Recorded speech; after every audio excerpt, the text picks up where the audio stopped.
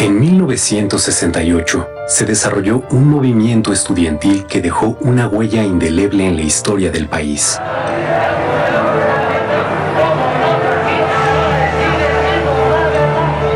Lo que comenzó como una protesta juvenil contra los abusos de la policía capitalina se convirtió en la rebelión de una generación contra el autoritarismo del régimen. Decenas de miles de jóvenes estudiantes se manifestaron pacíficamente en defensa de las libertades civiles y la democracia. Al justo reclamo se sumaron maestros y sectores populares. El gobierno de Gustavo Díaz Ordaz vio en el desafío estudiantil una conjura comunista y ordenó la represión que culminó con la matanza del 2 de octubre de 1968 en Tlatelolco.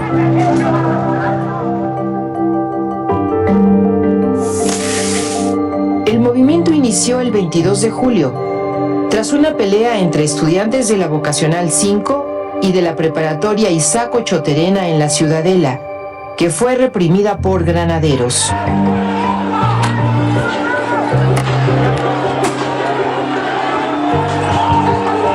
El 26 de julio, dos manifestaciones en el centro de la Ciudad de México, una de protesta contra la represión y otra conmemorando la Revolución Cubana, también fueron reprimidas por la policía.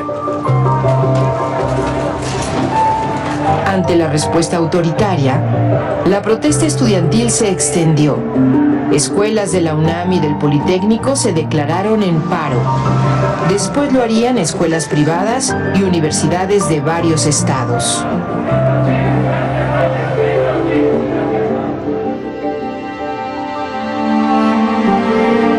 Luego de la primera manifestación masiva, el presidente Díaz Ordaz ordenó el 30 de julio la intervención del ejército. De un bazucazo, soldados destruyeron la puerta histórica de la Preparatoria 1 y tomaron violentamente el edificio, deteniendo a decenas de estudiantes y maestros.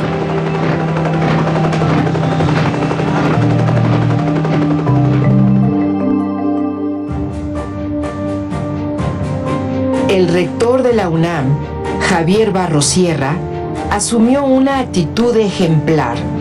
Defendió la autonomía universitaria, condenó la represión y promovió una solución dialogada al conflicto. El 1 de agosto encabezó una manifestación de duelo por los estudiantes caídos y contra la violación a la autonomía.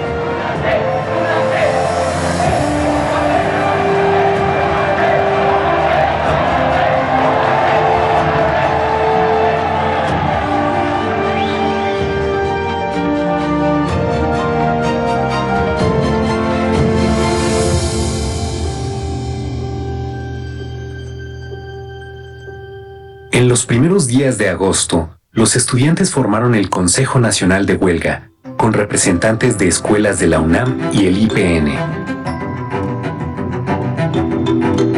El CNH dio a conocer el pliego petitorio del movimiento. Libertad a los presos políticos. Derogación del delito de disolución social del Código Penal. Indemnización para los familiares de muertos y heridos.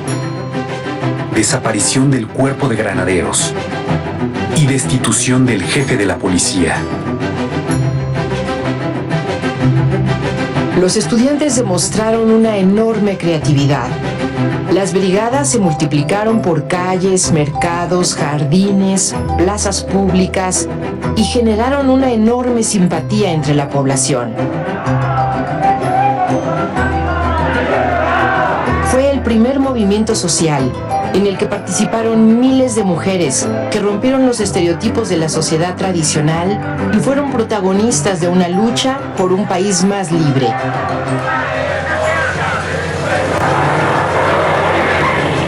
El movimiento creció. A la manifestación del 13 de agosto asistieron más de 150,000 personas. Los estudiantes demandaron diálogo público. El gobierno aceptó, pero nunca cumplió. El movimiento estaba ganando la batalla de la opinión pública a pesar de la campaña en contra por parte de la prensa, radio, televisión y de todo el aparato de Estado. El 27 de agosto, más de 500,000 personas marcharon al Zócalo.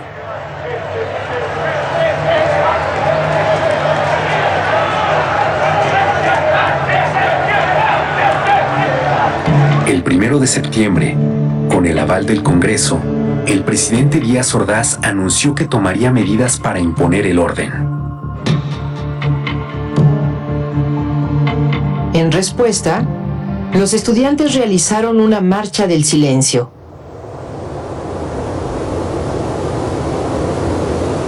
El 13 de septiembre, más de 250,000 personas marcharon bajo un silencio imponente. Ejemplar.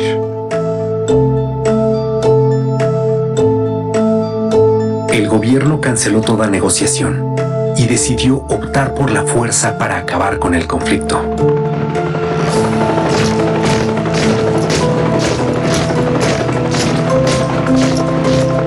El 18 de septiembre, el ejército ocupó la ciudad universitaria. 500 estudiantes fueron detenidos.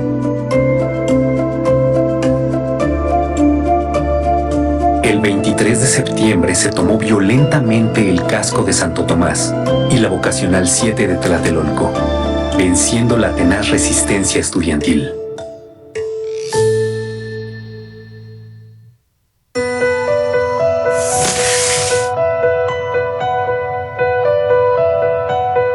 A 10 días de la inauguración de las Olimpiadas en México, el 2 de octubre, miles de personas asistieron a un mitin pacífico en la Plaza de las Tres Culturas en Tlatelolco.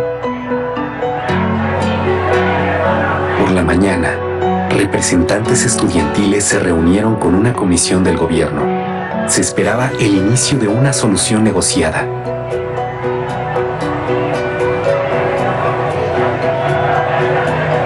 Pero Díaz Ordaz ya había decidido acabar con el movimiento y dio la orden al Estado Mayor Presidencial, a un cuerpo de élite militar, el Batallón Olimpia, a unidades del ejército, a la policía, de reprimir a los manifestantes.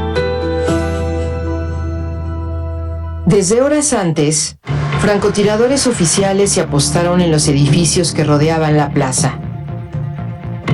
Poco después de las 6 de la tarde, un helicóptero lanzó 2 bengalas.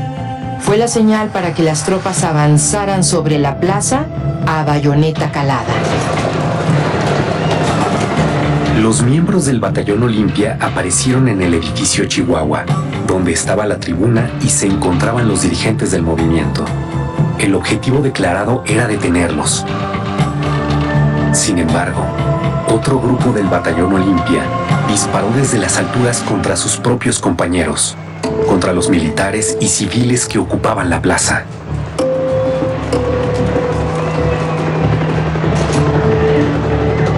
En el fuego cruzado, comenzaron a caer los manifestantes muertos o heridos, y la multitud corrió para escapar de la trampa.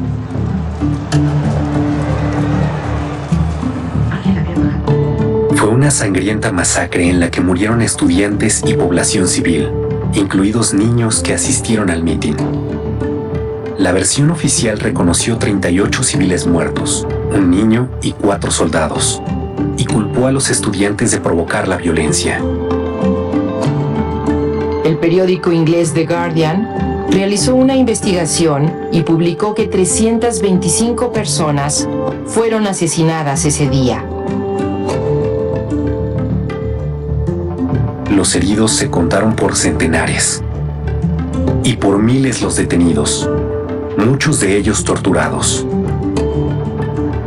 Los líderes del Consejo Nacional de Huelga fueron recluidos en la cárcel de Lecumberri y el Poder Judicial los juzgó como terroristas. El 2 de octubre se cometió un crimen de Estado contra los estudiantes y el presidente Gustavo Díaz Ordaz asumió toda la responsabilidad. Asumo íntegramente la responsabilidad personal ética, social, jurídica, política e histórica por las decisiones del gobierno en relación con los sucesos del año pasado.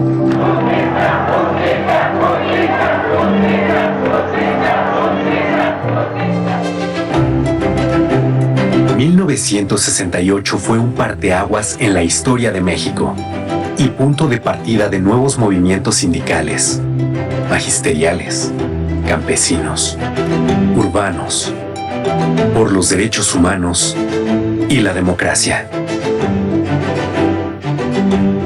El movimiento de 1968 es un triunfo de la memoria colectiva contra el intento institucional de imponer el miedo, el silencio y el olvido. Venció la esperanza, el ideal de un futuro democrático, de libertad. Por todo ello, el movimiento estudiantil de 1968 y el 2 de octubre no se olvidan.